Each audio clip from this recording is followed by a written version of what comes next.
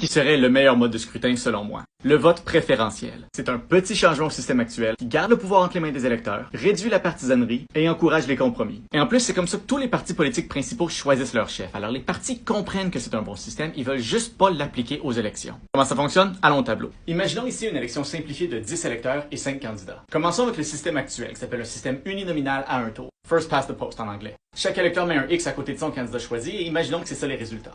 On fait le décompte et le candidat A a reçu 3 votes, ce qui est plus que n'importe quel autre candidat, alors il est élu. Même s'il y a juste 3 électeurs sur 10 qui ont voté pour lui. Ce qui est évidemment un problème parce que les 7 autres, peut-être qu'ils sont complètement opposés au candidat A, mais il n'y a aucune façon pour eux d'exprimer ça. Et c'est ça d'ailleurs qui mène au vote stratégique, où les gens votent pas pour leur candidat préféré, mais pour le moins pire candidat qui a une chance de battre le candidat à qui ils s'opposent. Et c'est là qu'on vient au vote préférentiel. Le vote préférentiel, ça permet aux électeurs d'exprimer leur ordre de préférence sur leur bulletin de vote. Au lieu de juste mettre un X à côté de un candidat, les électeurs peuvent indiquer leur ordre de préférence sur leur bulletin de vote. On met un 1 à côté de notre premier choix, un 2 pour notre deuxième, et ainsi de suite pour tous les candidats. Et si on n'a pas de préférence, on peut laisser certains candidats sans numéro aussi. Alors pour l'exemple, imaginons que les 10 électeurs ont fait des choix qui ressemblent à ceci. Pour le décompte, on commence en comptant juste les premiers choix de tous les électeurs. Jusqu'à date, ça ressemble au système actuel, mais s'il n'y a aucun candidat qui a la majorité des votes, ça finit pas là. Le candidat qui a eu le moins de votes est éliminé. Et sur les bulletins de vote qu'il avait comme premier choix, le premier choix est éliminé aussi. Et on va maintenant compter son deuxième choix comme sa nouvelle préférence. Et on répète le processus, additionnant le meilleur choix qui reste sur chaque bulletin de vote. Vous pouvez le voir, pour ce bulletin de vote-là, c'est maintenant le deuxième choix qu'on a compté. Il n'y a pas encore de majorité, alors on va encore répéter le processus et éliminer les candidats qui ont les moins de votes. Et encore une fois, on va additionner le choix préféré qui reste sur chaque bulletin de vote. En additionnant les préférences qui restent, on arrive à une majorité et le candidat qui a la majorité est élu. Remarquez ici, c'est pas le même candidat que celui qui avait le plus de premiers choix, qui aurait été élu dans notre système actuel. La raison pour ça, c'est que même si le candidat A était le premier choix de plus d'électeurs, c'était pas le choix préféré de la majorité des électeurs.